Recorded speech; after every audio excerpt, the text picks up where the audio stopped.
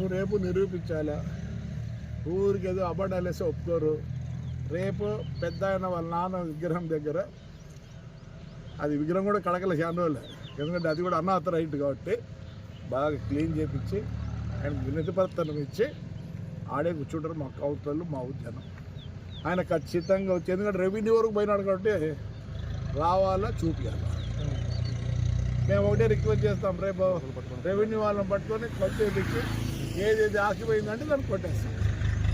ఆయన ప్రకారం ఇంటి కూడా కనపడుతుంది. ఇది ఆకిపోయింది. ప్లాట్లు వేసినారు, నాకు తెలుసు. ప్లాట్ ఆట వరకే ఉండేది, ఈ ముందుకు వచ్చేస్తా కదా. వీళ్ళ వాళ్ళే ఇద్దరు, నాకు తెలిసి ఇప్పుడు ఇద్దరు వీళ్ళ వాళ్ళే ఆక్యుపై చేసినారు. ఎవరు ఆక్యుపై చేయాలి.